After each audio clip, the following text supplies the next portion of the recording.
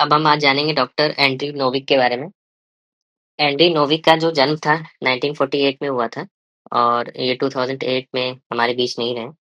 ये एक American neurologist हैं जो कि काफ़ी ज़्यादा जाने जाते हैं रीनल सर्जरी के फील्ड में। स्पेशली इन्होंने पार्शियल नेफ्रेक्टमी में बहुत ही ज़्यादा काम किया है और रीनल इश्कीमिया रिपरफ्यूजन प्रोटेक्शन में भी। ये जो ग्लिकमैन यूरोलॉजिकल इंस्टीट्यूट है, जो कि क्लीवलैंड क्लिनिक में है, उसके चेयरमैन भी रह चुके थे और इन्होंने काफ़ी लोगों को यूरोलॉजी सिखाया।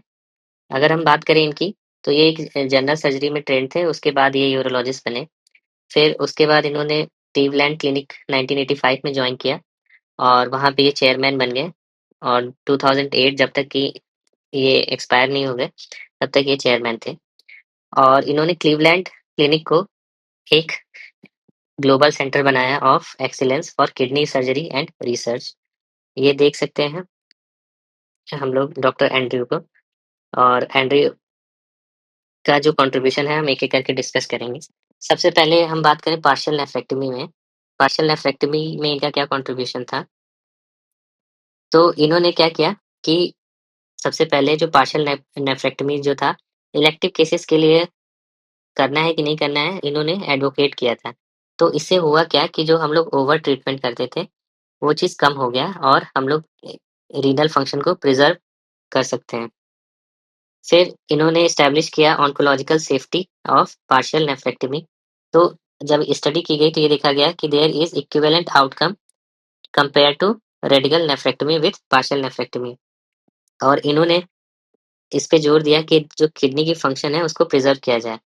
तो जो नॉन नेफ्रॉन स्पेयरिंग जो सर्जरी है, नेफ्रॉन स्पेयरिंग सर्जरी की जो गाइडलाइन है, उसका फाउंडेशन जो था इन्होंने ही, डॉक्टर एंड्रयू जो था उन्होंने ही दिया था। फिर इन्होंने कॉम्प्लेक्स जो रीनल ट्यूमर है उसके लिए टेक्निक डेवलप किए, such as vascular control technique. Vascular control technique में क्या था कि कोल्ड इस्कीमिया या मैनिटोल फ्लशिंग जो टेक्निक होता है, इन्होंने ही बताया था। फिर जो ट्यूमर आईवीसी थ्रोम्बस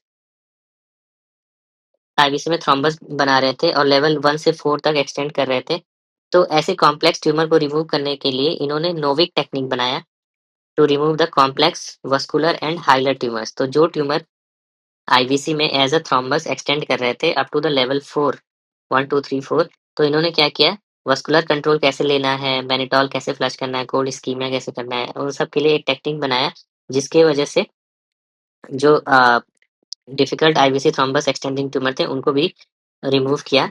और इन्होंने स्टडी की renal warm and cold ischemia to define the safe operative period. तो जो सेफ ऑपरेटिव विंडो आज हम यूज करते हैं कि कितनी देर, जो हम लोग स्टैंडर्ड मानते हैं कि विदिन 20 टू 30 मिनट्स ऑपरेट करना चाहिए, उससे ज़्यादा नहीं रखना चाहिए। तो वो जो स्टैंडर्ड इस्कीमिया टाइम होता है वो डॉक्टर एंड्रयू ने ही एस्टैब्लिश किया था। फिर इन्होंने रीनल ट्रांसप्लांट में बात करें तो इसमें इन्होंने काफ़ी सारे रिसर्च किए, जिसमें renal preservation, cold ischemia time और रीपरफ्यूजन इंजरी से रिलेटेड थे। और इन्होंने जो परफ्यूजन टेक्नीक है और इस्कीमिया टाइम का जो थ्रेशोल्ड होता है उसको ऑप्टिमाइज़ करने के बहुत सारे टेक्निक्स बताए। तो इन सब चीज़ों को प्रूव करने के लिए इन्होंने एनिमल मॉडल का यूज़ किया और क्लिनिकल प्रोटोकॉल्स बनाए, जिसकी मदद से हम लोग ट्रांसप्लांट आज कर सकते हैं, सक्सेसफुल होते हैं। और इन्होंने यूरोलॉजी, नेफ्रोलॉजी और जो ट्रांसप्लांट सर्जरी है उसको एक इंस्टीट्यूट की तरह एक जगह इंटीग्रेट करके आज ले आया और 100 से ज़्यादा जो रेज़िडेंट हैं उनको ट्रेंड किया, जिसकी वजह से एविडेंस बेस्ड जो यूरोलॉजी है, जो ऑन्को सर्जरी में यूज़ होता है, वो काफ़ी ज़्यादा पॉपुलराइज़ हुआ।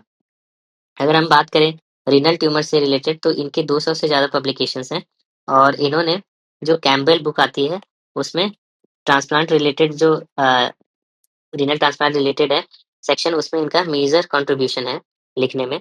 फिर अगर हम बात करें सर्जिकल एजुकेशन में, तो जो किडनी और ट्रांसप्लांट सर्जरी है, उसमें इन्होंने काफ़ी जो आज बड़े-बड़े लोग हैं उनको मेंटर किया है। और रिसर्च की बात करें तो किडनी इस्कीमिया और ट्रांसप्लांटेशन से रिलेटेड बहुत सारे रिसर्च किए हैं इन्होंने। फिर जो इनके उपलब्धियाँ उनके बारे में देखें तो ये अमेरिकन बोर्ड ऑफ यूरोलॉजी के प्रेसिडेंट रह चुके हैं। फिर अमेरिकन यूरोलॉजिकल एसोसिएशन के जो ऑन्को कमिटी के ये चेयरमैन रह चुके हैं। फिर इनको गोल्ड सिस्टोस्कोप अवार्ड मिल चुका है और बहुत सारे अमेरिकन यूरोलॉजिकल एसोसिएशन द्वारा अवार्ड मिल चुका है। जो क्लीवलैंड क्लिनिक है, उन्होंने इनको मरने के बाद Novick institute for renal surgery इनके ऑनर में जो था बनाया था। तो नोविक इंस्टीट्यूट इनके नाम पे ही रखा गया, Novick institute for renal surgery Cleveland clinic ने रखा था। तो अगर हम बात करें करंट प्रैक्टिसेस में इनका क्या असर है, तो आज जो हम पार्शियल नेफ्रेक्टमी करते हैं वो स्टैंडर्ड ऑफ केयर बन चुका है T1 रीनल मासेस के लिए। वो इन्हीं का काम है, डॉक्टर हेनरी नोविक। फिर जो रीनल ट्यूमर में आईवीसी थ्रोम्बस होता है, उसका जो multi level surgical training management होता है वो डॉक्टर नोविक का ही देन है। फिर उसके बाद अगर हम लोग ट्रांसप्लांट रीनल प्रोटेक्शन की बात करें, तो जो करंट प्रिजर्वेशन प्रोटोकॉल्स हैं और इस्कीमिया हैंडलिंग है वो भी डॉक्टर नोविक का है। तो अगर हम बात करें डॉक्टर एंड्रयू नोविक के, वो बहुत ही विजनरी लीडर थे और वो एक रीनल सर्जन में रीनल सर्जन एक मास्टर रीनल सर्जन थे, जिन्होंने रीनल मास और ट्रांसप्लांट किडनी के फील्ड में काफ़ी ज़्यादा अचीवमेंट हासिल किया है। उनका जो मेन जो इंसिस्ट था वो था नेफ्रॉन प्रिजर्वेशन टेक्निक पे और ऑन्कोलॉजिकल कंट्रोल पे।